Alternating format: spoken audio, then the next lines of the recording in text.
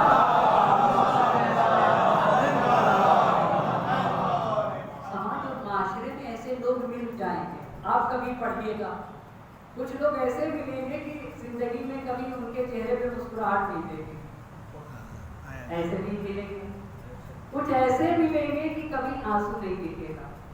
بڑی سے بڑی مصیبت کے پہاڑ ٹوٹ جائیں، آنسو نہیں گرتا بھائی صاحب، تو پھر کسی یتیم کے سر پہ ہاتھ پھیریے اور اللہ کی بارگاہ میں گڑگڑائیے۔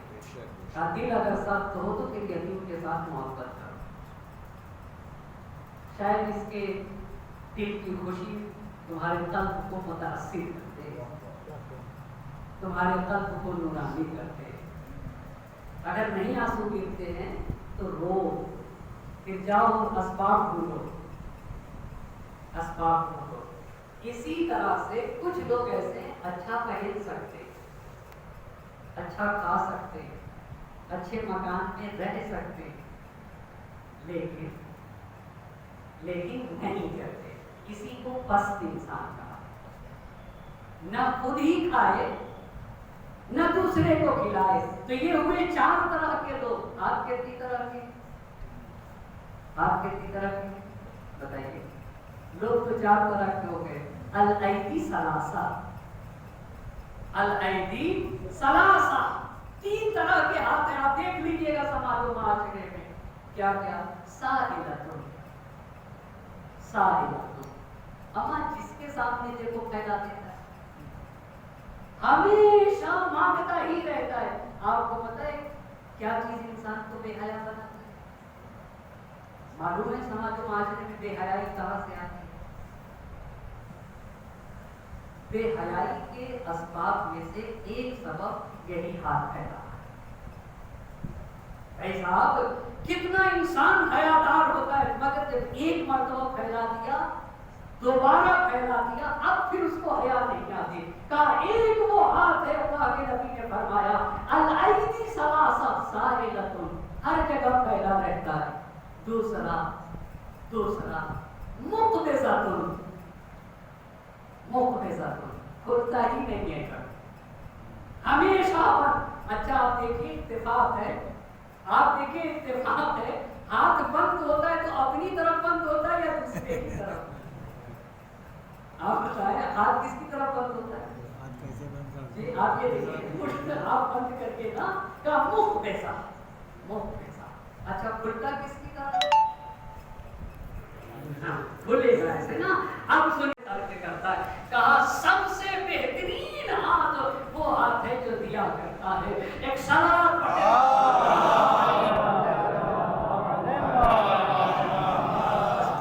پہلی صورت یہ ہوئی نا، پہلی صورت کیا اس جوان کی؟ اگر کما اس لیے رہا ہے تاکہ دوسرے کے سامنے ہاتھ نہ پھیلانا پڑے، تاکہ کسی کا بوجھ بن کے نہ جینا پڑے، فَهُوَ فِي سَبِيلِ اللَّهِ۔ یہ پہلی صورت۔